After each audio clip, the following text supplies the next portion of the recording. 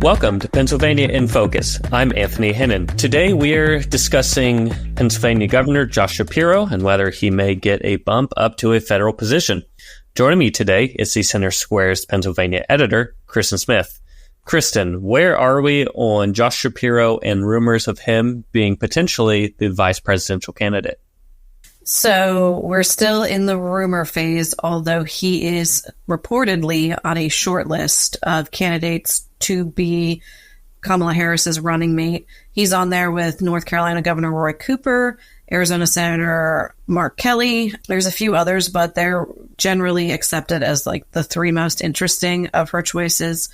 Shapiro, based on some betting odds, is the number one choice for her ticket.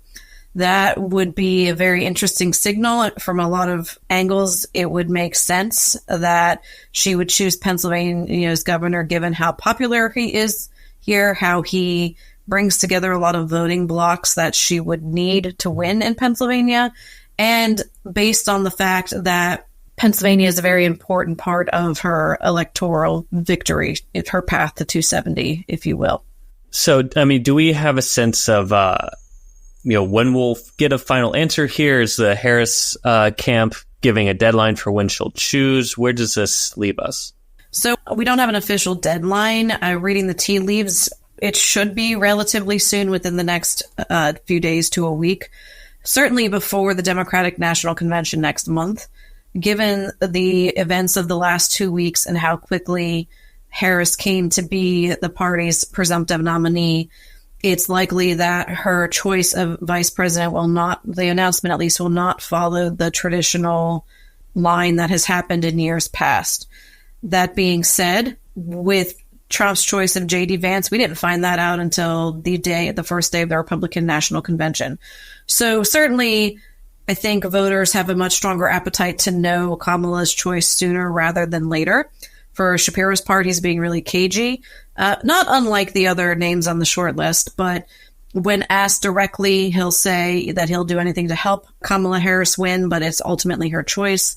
When he asks other party Democrats in the state, they repeat the same thing. Of course, they would love it to be Shapiro, but it's Kamala Harris's choice to make. So there's just a lot of similar messaging going around from the top candidates, if you will, that makes you wonder, the more that they sound alike, the more it may kind of confirm some of the rumors that are swirling about, all right, these are our top candidates. In the last few days, rumors have swirled that it's Shapiro, that he's the one to be picked, and some of the sources that are coming out with this information are reliable. However, that doesn't mean that he is ultimately going to be what she chooses. So we're going to have to be paying attention very closely for the next few days until we get confirmation one way or the other. And do we have much of a response here from, state level politicians, of senators, state representatives, et cetera? Do they like this idea of Shapiro jumping, or are they a little more wary? I think it depends on who you ask. Particularly Republicans, they don't love Shapiro. I think they would love to see him, basically out of their way in 2026 when the next governor's term is up. It's been an open secret that Shapiro wanted to run for president in 2028. So, this would definitely advance his career goals much faster than what Republicans thought they were going to have to deal with. He's considered a very formidable opponent statewide to beat. So, again, getting him off their radar would be great from their perspective. But then there's Democrats who, while they would be broadly supportive of him being vice president, they would love that. They'd also be disappointed to see him go from the state, given that he has delivered a lot of their legislative priorities over the last 2 years and has the House has a very narrow lead right now, Democrats and Republicans, and Shapiro's governorship has really protected their majority and given it a strength in ways that it wouldn't otherwise have. So to lose him means that their budget negotiations are going to look a lot different over the next couple of years. There's also some historic elements to the idea that if Shapiro were to win with Kamala Harris, Lieutenant Governor Austin Davis would step up. He'd be the first Black governor Pennsylvania has ever had. I believe he's the first Black lieutenant governor we've ever had.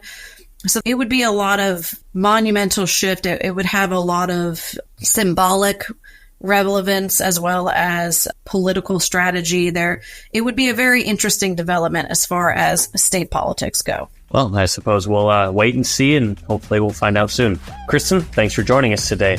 Listeners can keep up with this story and more at thecentersquare.com.